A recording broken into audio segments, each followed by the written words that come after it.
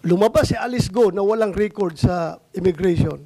Lumabas din ito si Sheila Go na walang record sa immigration.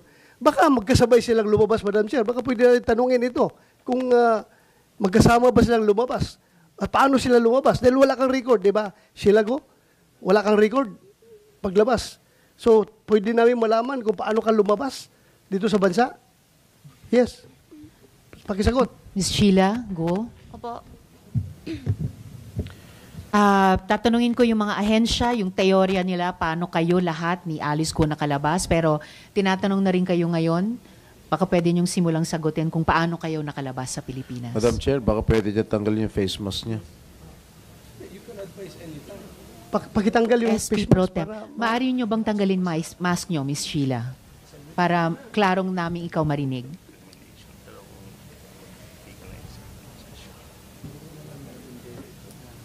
Briefly lang muna po kasi pagkatapos ng unang sagot nyo, tatanungin muna namin yung mga ahensya. So, yung pinaka-sagot ninyo, paano ba kayo nakalabas sa Pilipinas? pwede mo pakitanggal sila.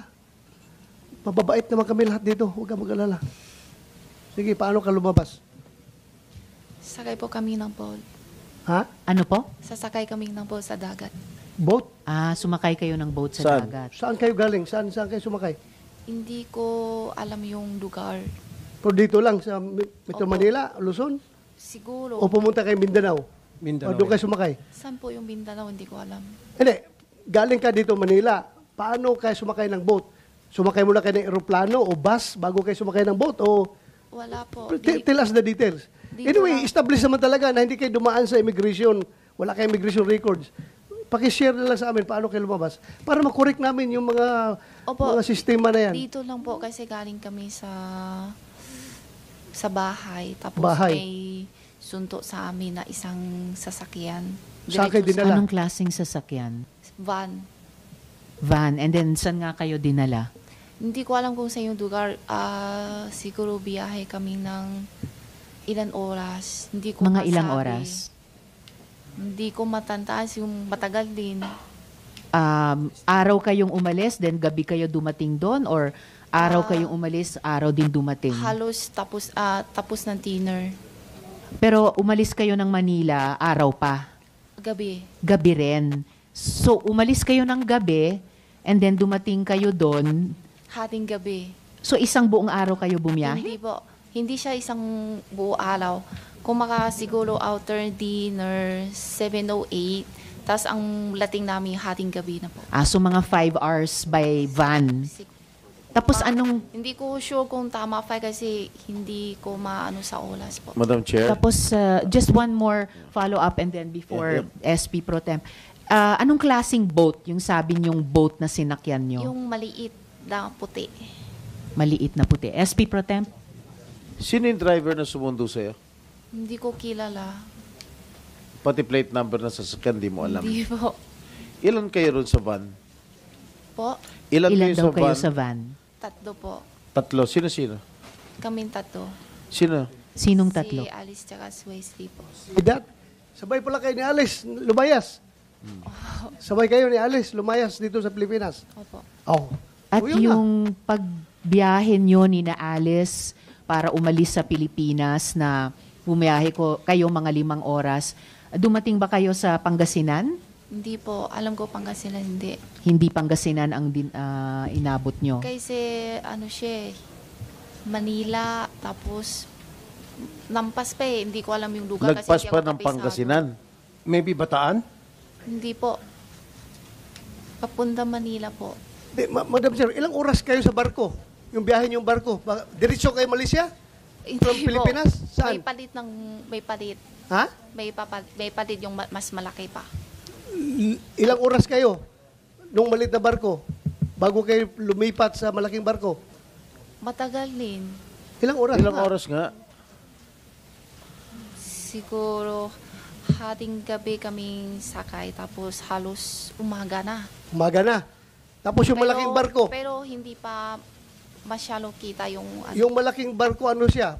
Pasaheroan, cargo ship, o fishing ship, or Yate. i-describe mo, Hindi ko alam yate. kung ano Yung luxurious yacht. Ano siya? Yung malaking barko. Fishing ship ata, hindi ko alam kasi hindi So, ako malo. fishing ship, dahil may nakita kayong mga lambat at mga Oh, isda, yung lake na panghuli na fish. may net na panghuli ng fish. Tapos yun na, dumating na kayo ng Malaysia through that boat na Opo. malaki. Malaysia kayo dumating o sasakay pa Indonesia? ulit. May sasakay pa ulit. Ha? May palit pa isang ulit. Palit pa uli ng isang barko. Anong description ng isang barko na Yung pinalit? maliit naman na palang kulay Tapos, blue or green. yun na, diretso na kayo Malaysia. Opo.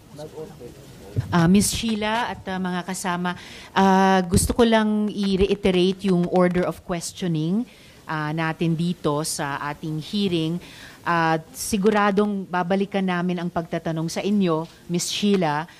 Gusto ko lang i-reiterate yung order of questioning pagkatapos ng chair ng subcommittee. In order of arrival, si Sen Sherwin, si Chair Coco, Chair Rafi, Sen Doroy, SP Pro Temp Jinggoy, at Sen Joel. Sorry, Madam Chair, nauna ako ha.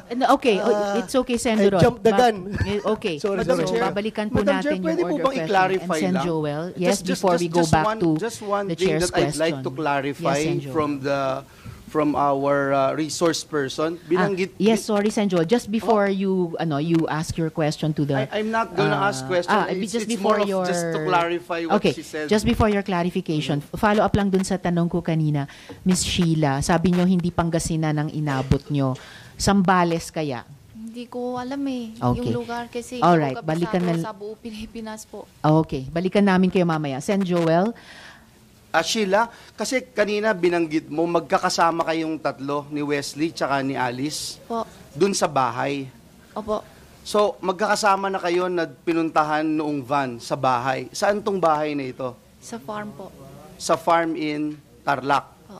Tapos, sabay-sabay kayo mula sa Tarlac, mga 5 oras napunta kayo ng Pantalan, tapos sumakay kayo ng maliit na white boat, sabi mo. Yung white boat na yun, mga ilang tao kayong nandun? Estimate lang. Hindi ko masabi. Sa Ilan laki? kayo? Oo. Hindi, Tatlo ilan ang kasi- kasya dun sa boat na yun? Maliit lang maliit mo. Oh, maliit lang po. Kaya nga, ilang tao Siguro lang? kasya 10? 10 o mga ganyan siguro. Hindi ka makakatayo, makalakad-lakad na gano'n Maliit kasi lang. maliit lang Opo, di ba? maliit Tapos lang po. after 5 hours, sumakay na kayo ng malaking boat. Opo. Yung malaking boat na yun, ilan na kasya doon? Malami. 100 na kasya. Malami po. Oo, kasi yun na yung pumunta ng Malaysia. Po. Okay. Salamat, Madam Chair. salamat, Thank you for the Sen clarification. Joel. Chair. So, yes, Chair Coco. I'm a lawyer. I'm paired with my compañeros. Attorney David is raising his hand. So if we can recognize him, ano ba? What does he want to raise? Yes, Chair. I was about to recognize Attorney David na nagsasalita dito dahil isa rin silang resource person. Correct, Briefly, please, and then Salamat po. babalikan po ng Chair Thank you, yung Your order Honor. of questioning. Your Attorney Honor, David. please, considering that the resource person is already subjected for inquest before the National Bureau of Investigation, DOJ, in this interest of fairness, Your Honor, because she is waiving her right against self-incrimination, I was discussing this with her earlier, but in fairness, may we at least request for an executive session as to the manner on how she left the country? Point at saka yung request. Yes, And may Your I remind all of us na kapag may abogado tayo dito na counsel or counsel din ng ibang resource person, actually hindi namin sila pinasasalita. But, of course, you are allowed to speak dahil kayo rin po ay resource Thank you, person Your Honor. sa Apparently, hearing Your na ito. Honor, she So, might the be- chair will return to this. She might not know excuse me, Attorney Yes, David. sure. The chair will return to your request for Miss Sheila at the proper Last time. word, Your Honor. Apparently, Yes. she might not know that she might be incriminating herself. For the, in fairness, Your Honor, at least Your Honor, executive session, Your Honor. Madam Very Chair. well taken, Attorney David, and the chair will act on it at the proper time pag binilakan namin si Miss Sheila para sa mga tanong. Madam Chair. The chair, very last intervention at this point po, Yes, Sendroy, last kasi time. pagkatapos ni Yeah. Sendroy, babalikan ko po yung order of questioning at uulitin ko yung tanong sa ating mga ahensya, ano ang teorya nyo ngayon, kung paano nakaalis sina Miss Alice at yung party niya sa Pilipinas. Sendroy, Yeah, Madam very Chair, last po. Unless the objection of the lawyer of Sheila Go concerns national security, maybe I will advise this committee to go on with the executive session. But very important kasi yan dahil dyan tayo palaging na lulusutan ng mga kriminal na lumalabas sa ating bansa. Kailangan malaman niya ng lahat ng publicly malalaman niya ng mga kababayan natin para makatulong sila paano natin maiwasan yung ganung bang sistema. I think the case of Ms. Hilago does not concern national security. Bakit kailangan natin mag-executive decision, Madam Chair? Thank you, Madam Chair. I submit.